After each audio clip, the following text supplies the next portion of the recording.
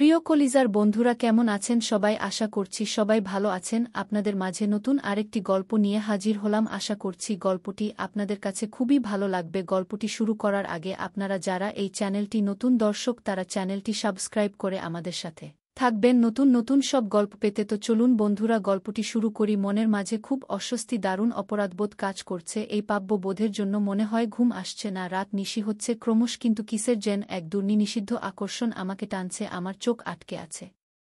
ফেসবুকের পাতায় মেসেজের দিকে চেয়ে আছি। হ্যালো কলি, আর কতক্ষণ বসে থাকব? কিছুক্ষণ অপেক্ষা করার পর লিখলাম, হ্যালো, তুমি এত দেরিতে রিপ্লাই দাও, ভালো লাগে না জানো না? ওয়েটিং ইজ সোর। প্রিয় কলি, প্রিয় ফারহানা কলি, তোমার জামাই কই? এখনো ঘুমায় নাই? জি, পাশের রুমে ঘুমাচ্ছে।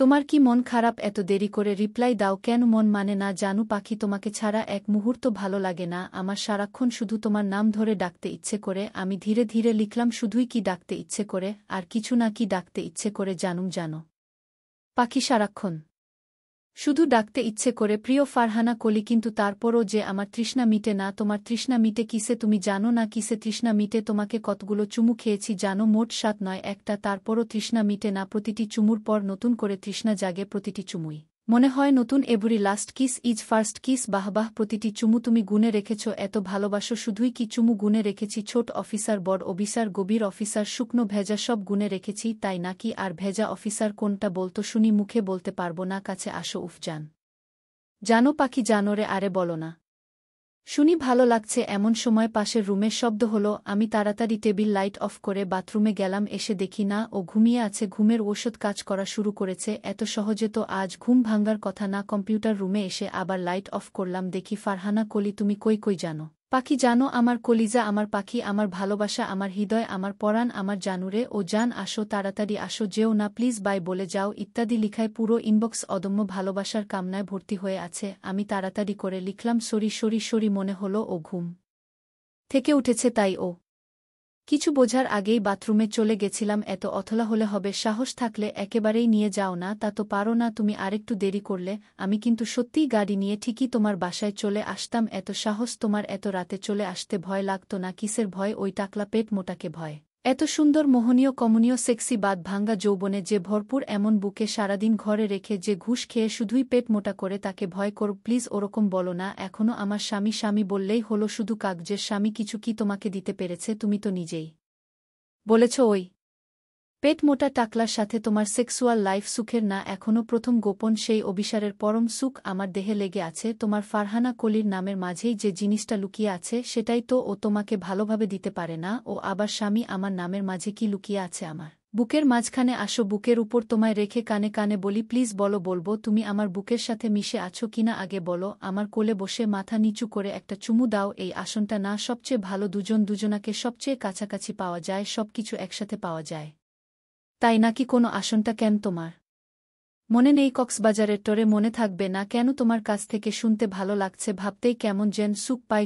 মনে করো ঠিক ওই রকম করে বসে আছি। এবার বলো, আমার নামের মাঝে কি পেলে? ফারহানার ফা আর কলির জানুরে, জানু পাখিরে ও কলিজারে আমি আর সহ্য করতে পারছি না। একবার অভিসারেও মন ভরে না, বারবার তোমাকে পেতে, তোমার শরীরের ভিতরে প্রবেশ করতে মন চায় পায়ের নখ থেকে চুলের আগা পর্যন্ত কামনার লালায় ভিজিয়ে দেই আমি। যে আর পারছি না। সত্যি করে বলতো, আমি তোমার কি ছিলাম আর কি হলাম? তুমি আমার সব, তুমি আমার ভ্যানিলা স্কাই মুভির ক্যামেরুন দিয়াজ। সেটা আবার কি? একসাথেই তো দেখলাম, মনে নাই? ক্যামেরুন দিয়া টম ক্রুজের ফাঁদ বাড়ি থাকে ভ্যানিলা স্কাই মুভিতে। আমার শরীর গরম হয়ে যাচ্ছে, নিজের ভিতরে তোলপাট করছে, আর সহ্য করতে পারছি না। তাহলে আমি তোমার শুধু ফাঁক বাড়ি, আর কিছু না? আচ্ছা, আমি যদি আর তোমার সাথে আর কোনোদিন সম্পর্ক না রাখি, কি বলো? তুমি কেন সম্পর্ক রাখবা না? পৃথিবীর কোনো নারী আমাকে এত সুখ দিতে পারবে না। আচ্ছা, মনে করো না আমি আর সম্পর্ক রাখলাম না, তখন কি হবে? তুমি বিয়ে করলেই তো আমাকে আর মনে রাখবে না। আমি চাই এ সম্পর্ক শেষ করতে। তুমি যেদিন এ সম্পর্ক শেষ করবা সেদিনই আমি তোমাকে না বলো কি করবা? আমাকে মেরে ফেলবা?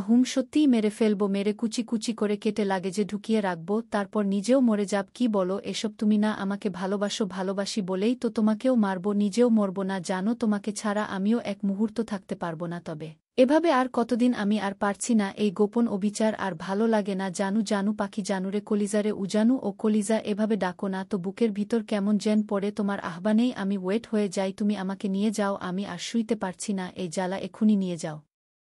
সত্যি বলছো? সত্যি তুমি চলে আসবা?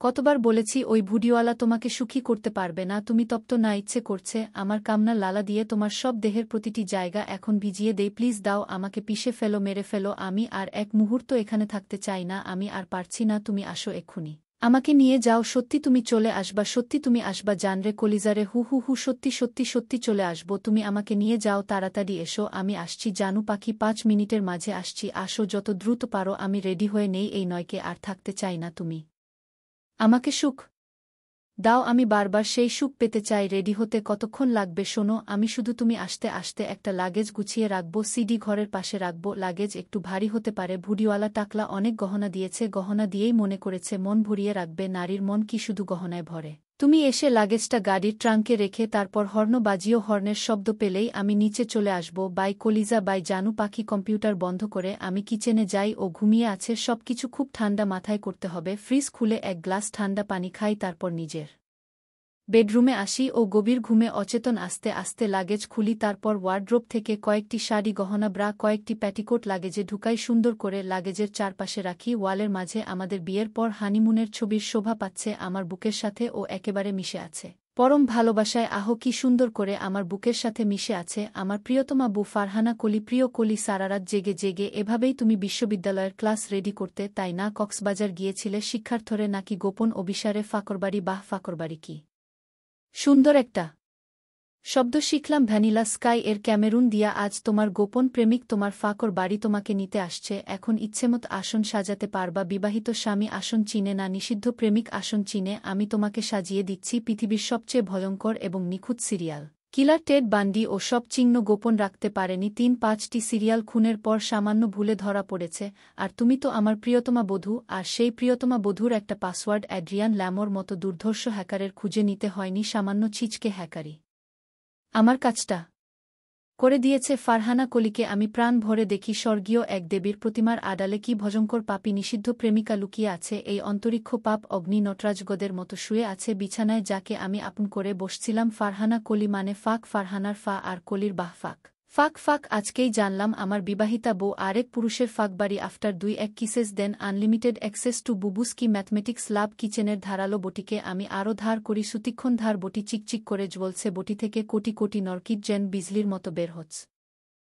জীবনের শেষ ঘুম ঘুমাও প্রিয়তমা মৃত তাজা ফারহানা কলি, আমার প্রিয়তমা বধূর টুকরো টুকরো দেহ সুন্দর করে লাগেজের ভিতর আমি সাজিয়ে রাখি। দুটো সুডল বুবুসকে আমি 2-1 খণ্ডে ভাগ করি। এবার দেখি লাগেজ বেশ ভারী হয়ে গেছে, এত ভারী লাগেজ টেনে নিয়ে সিডি ঘরে রাখতে পারবো না। আমি আরও দুটো লাগেজ নামাই, শাড়ি, কাপড়, ব্লাউজ, ব্রা, গহনা দিয়ে সাজাই, রক্তের সমস্ত দাগ নিখুঁতভাবে শাং করি। তারপর 3টা আলাদা লাগেজ আরও নিখুঁতভাবে সাজিয়ে সিডি ঘরের পাশে রাখি। এরপর আমি আবারও কম্পিউটার অন করি, মাথায় হেডফোন লাগিয়ে গান শুনি। গানের লাইনগুলো মগজের ভেতর ঢুকে যাচ্ছে আমার কল্পনার গোলাপের হৃদয়ের ভিতর, মাইলের পর মাইল ছড়িয়ে আছে যে বাগানের প্রতিটি গোলাপেই আমি ফারহানা কলির খুশবু খুঁজেছিলাম। হ্যালো তুমি কই? ফেসবুকে মেসেজ দেই, কোনো রিপ্লাই আসে না। আমি অপেক্ষা করি। এরপর মোবাইল থেকে মেসেজ আসে, আসছি জানো পাখি, এই 1 মিনিটের মাঝেই আসছি, শোনো লাগেজ 3টা হয়েছে, সিডির পাশেই আছে। সিন্দুক খুলে দেখি অনেক গহনা, অনেক দামি দামি শাড়ি, কাপড়, নানা পারফিউম, যা পারি সব নিয়ে নিলাম। তুমি লাগেজগুলো নিয়ে গাড়িতে রাখো,